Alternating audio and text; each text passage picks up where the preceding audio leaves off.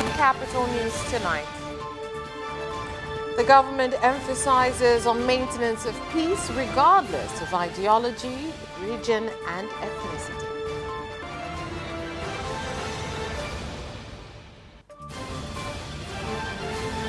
Conflict surfaces between livestock keepers and farmers in Madibila village.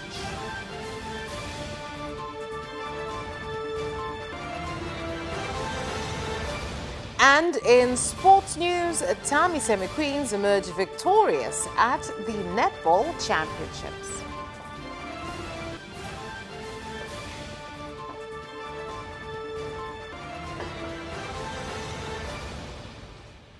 Good evening. This is Capital News at 9:30. My name is Vanessa Victor. Let's start things off with the national news.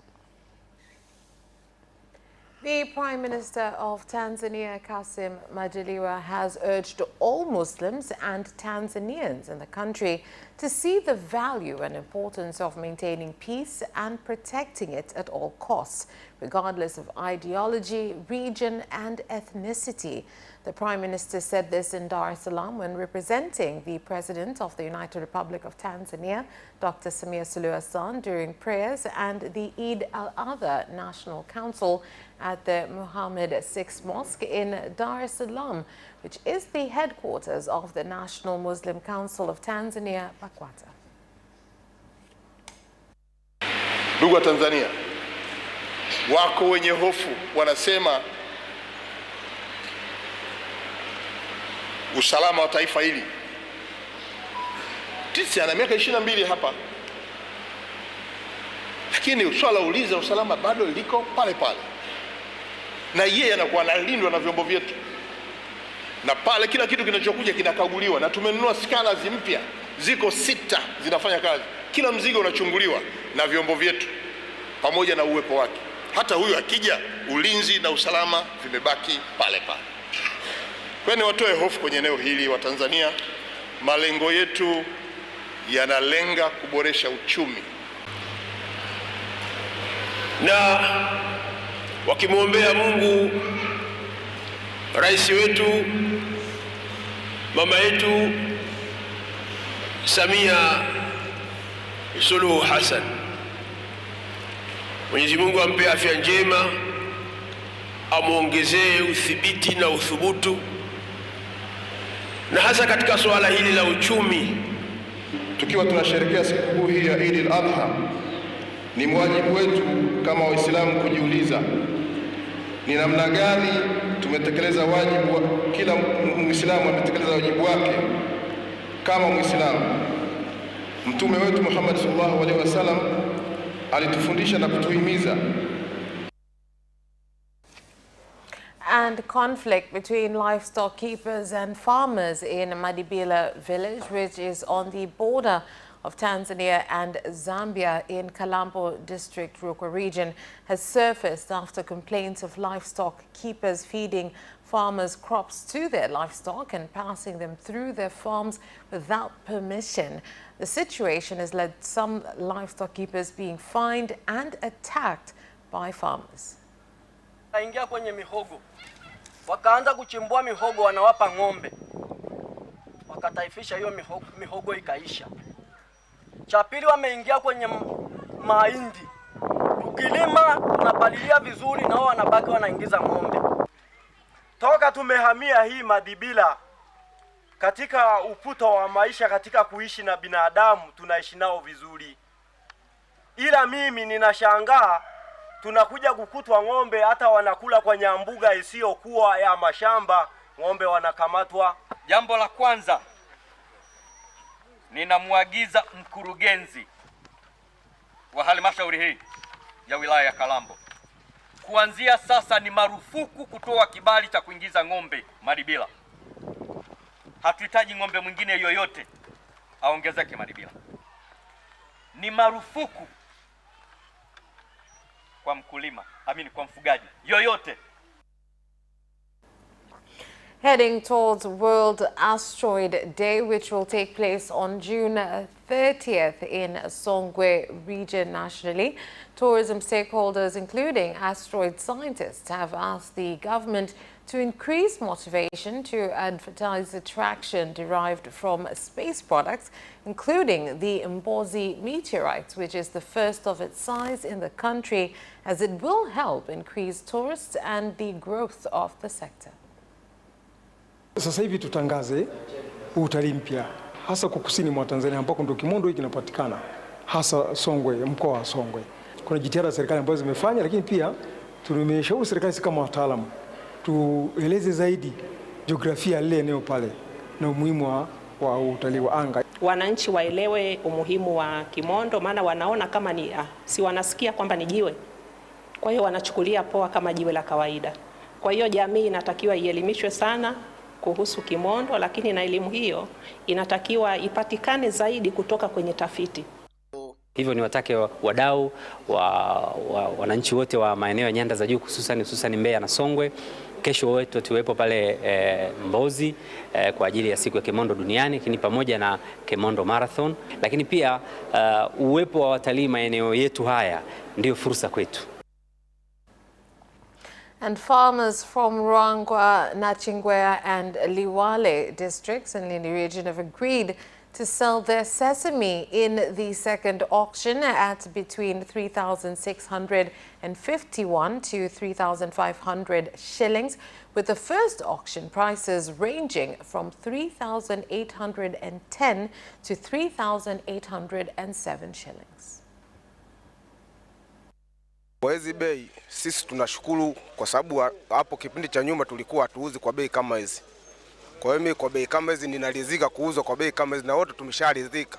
Wala hakuna ukitofautiana kipindi cha nyuma jinsi tulivyokiuza ufuta, hata kama mazao yetu jinsi tulivyokauza tuliuza kwa bei za rahisi sana, lakini kwa sasa hivi sisi tunashukuru kwa bei zimekuwa mzuri kwa kweli. Wameleta ufuta kwenye magala yetu ya AMCOS na tukishapeleka kule gala kuu, basi watendaji tujaribu kufanya malipo kwa haraka wakulima hao ili waweze kupata hela zao kwa wakati.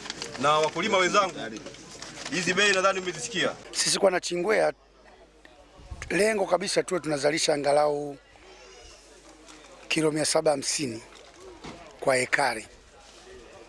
Kwa ekari moja nitakiwa tunazalisha angalau kilo 750. Lakini sisi tunashuka mpaka 350 mpaka 400 kwa ekari.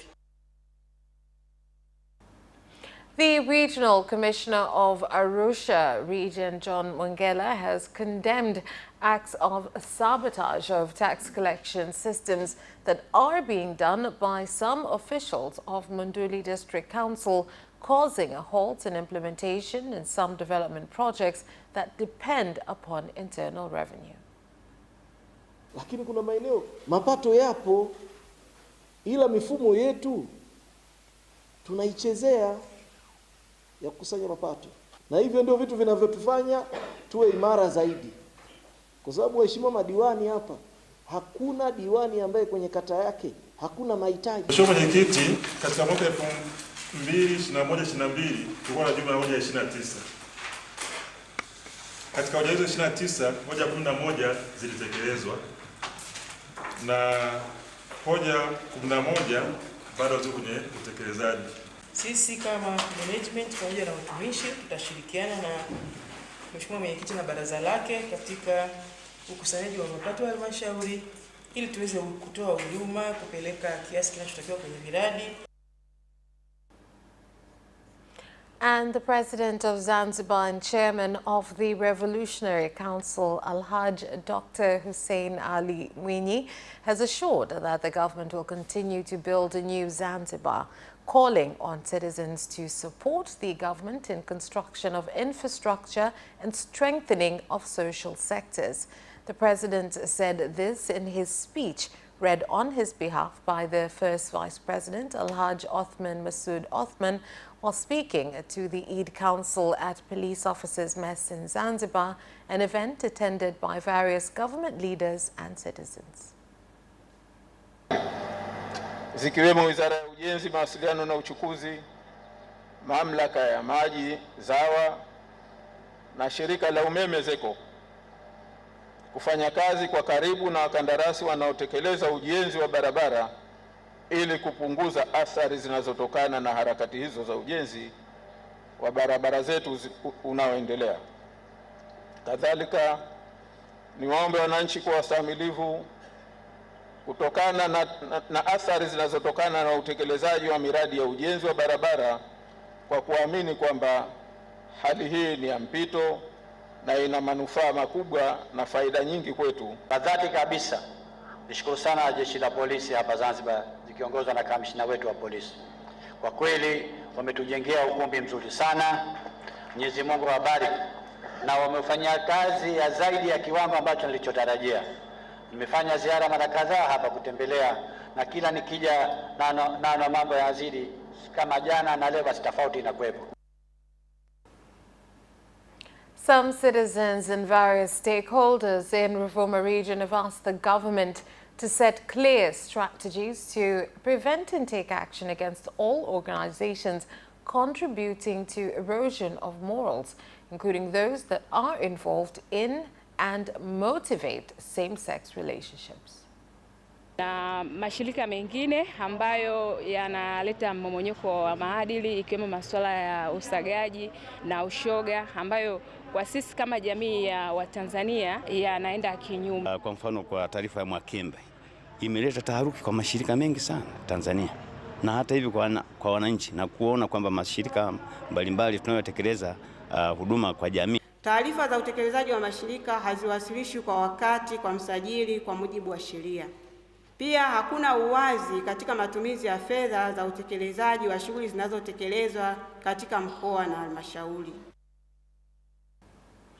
And residents of Kiwawa village, Ibaseni, ward in Arumeri district have asked the government to build their village a primary school so as to reduce accidents encountered by students forced to cross the road to go to school in the neighboring village.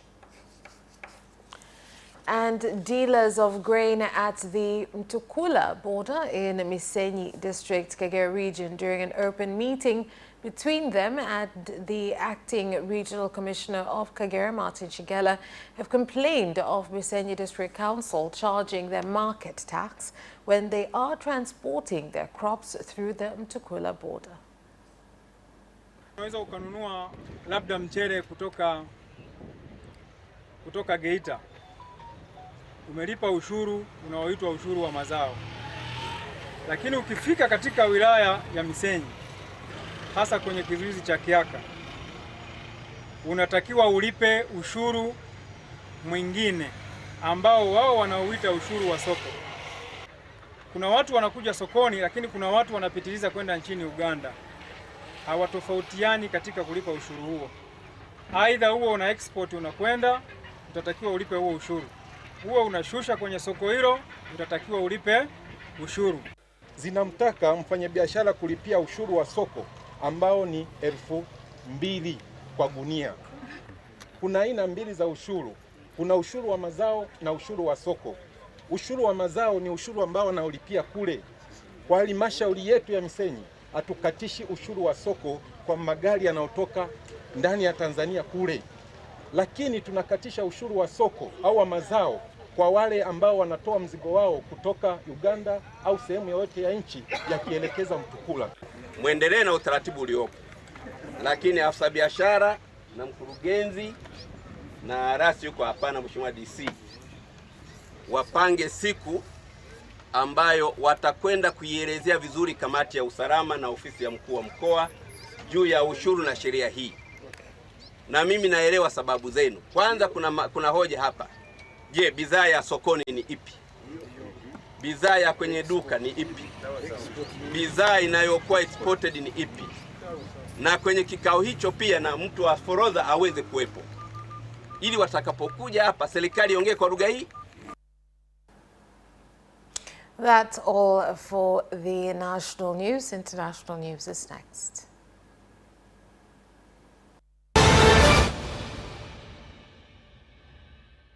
In international news,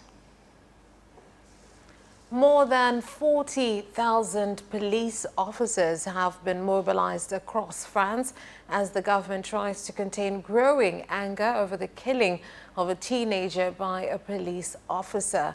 The 17-year-old, known as Nael M, was driving a rental car in the western Paris suburb of Nanterre on a Tuesday morning when police pulled him over during a traffic check for breaking several road rules. Police said that the young man was driving his car towards them, but footage has emerged contradicting their narrative. A video circulating on social media showed a police officer pointing his weapon through the window and appearing to fire at point-blank range. He died shortly afterwards from his wounds. The teenager, who was too young to hold a full driving license in France. And in Uganda, President Yoweri Museveni has had an advisory meeting with the United Nations Resident Coordinator in Uganda, Susan Ngongi Namondo, at State House in Kampala, where she was accompanied by a delegation that included representatives from the UNICEF, UNDP and UNHCR. We want to design a refugee strategy based on them growing their own crops. That means land. Now, like we in Uganda here, who have got a huge number of refugees, if we try to give them land, that now may bring a new problem which was not there, conflicting with the local people over land. So while I support the idea of self-sustenance, I think for the refugees it may be easier on the side of skills. Perhaps this is one of those activities, such a high-impact activity, that some of the emerging issues and how they can be dealt with effectively, like people self-selecting themselves into circles. So that's PDM. If they're further inform you about is the Global Refugee Forum that Uganda is, as you know, resources have been shrinking in that space, and so has been cutting rations, and it's getting a little bit difficult. 4 people have died in South Africa's KwaZulu-Natal after the southeastern province was hit by heavy rain and a tornado. Powerful winds and rainfall damaged roads and flooded houses and sewer systems, followed by a tornado that struck north of the port city of Durban on Tuesday. The rainy season in KwaZulu-Natal usually runs from November to March, and exceptional rainfall at this time of year is unusual. 3 people died in Durban and a 4th in wider KwaZulu-Natal, is said, adding that a 5th person was missing and more than 150 were left homeless. Tourism stakeholders in East and Central Africa have launched an exercise that is aimed at looking at steps made in the tourism sector after the coronavirus pandemic. The aim is to bring together stakeholders from all countries in the zone so as to promote tourist attractions to citizens and discuss how to sell East Africa as a tourist hub. Ya climate change kwa kusema ukweli imekuwa ni financing, hata kule Paris wanaongea juu hivyo. Sisi kama private sector tutaweza kutimiza mahitaji yetu ya kuweza kusupport wale pale ambapo tunaweza. Ikiwa ni kama kutakuwa na pengine tunataka kutafuta mechanism ya financing ya zile vulnerable places ambazo tunapata our income, I think is something that we can be able to work with to be able to support. Tumekubali kusupport au kuunga mkono jitihada hizi kwa sababu unajua pia kwamba bila usafiri wa anga ni ngumu sana kuendeleza utalii. Na Tanzania tumekuwa ni sehemu kubwa ya utalii na naamini kwamba umetuangalia vizuri katika kufanya katika Royal Tour yetu. Tumeonyesha vivutio vingi tofauti tofauti katika nchi ya Tanzania. Tanzania tuko hapa kuambia jinsi ya kufikia vituo hivyo, kwa sababu unapoingia Tanzania, Tanzania ina zaidi ya vituo 18 ndani ya nchi inavyohudumia katika usafiri wa anga.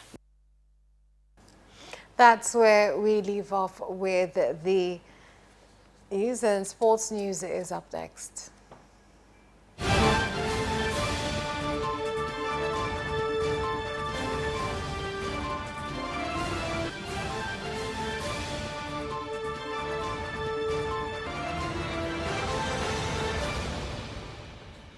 Now in sports news.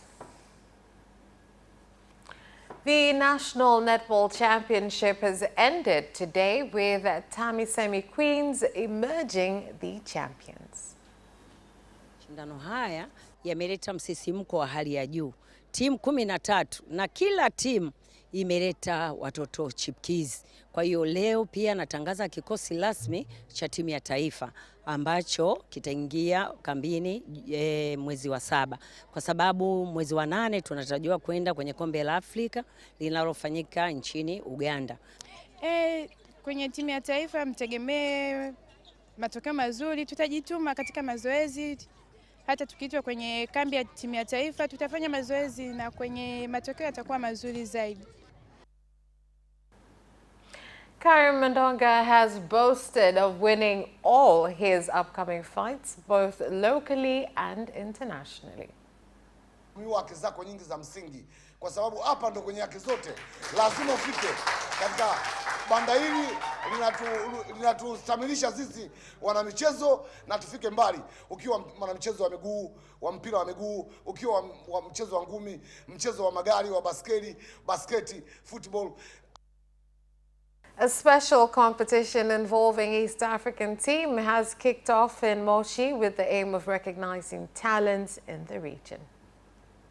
Tutakuwa na timu takriban 25 ambazo zimetoka, asilimia 60 zimetoka Tanzania, lakini asilimia nyingine zimetoka nchi ya Kenya. Na kwa mwaka huu tunajivunia mashindano hayo kwa sababu tumeona yakuwa ibua vipaji, na pia ni si mashindano ya mpira wa miguu ama chess peke yake. So many East Africans that live in Australia and who are studying out there. Ni ya kwamba tumeweza kusaidia mashirika mengi ya NGOs ambazo zinatumia michezo kama njia moja kuweza kusaidia jamii. And that's what item ends our news bulletin. On behalf of everyone who worked to bring you this bulletin, my name is Vanessa Victor. Thank you for watching. Have a good night.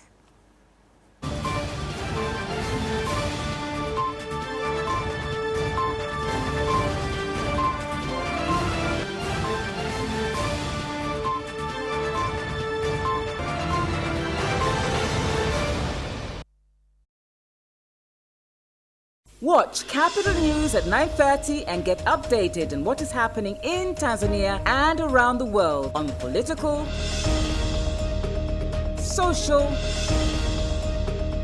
and economic issues and events, without forgetting business and sports news. You can get it all right here on Capital News at 9:30 from Monday to Friday on Zuku Channel 067, Digitech Channel 1103, and Facebook Capital Television Tanzania.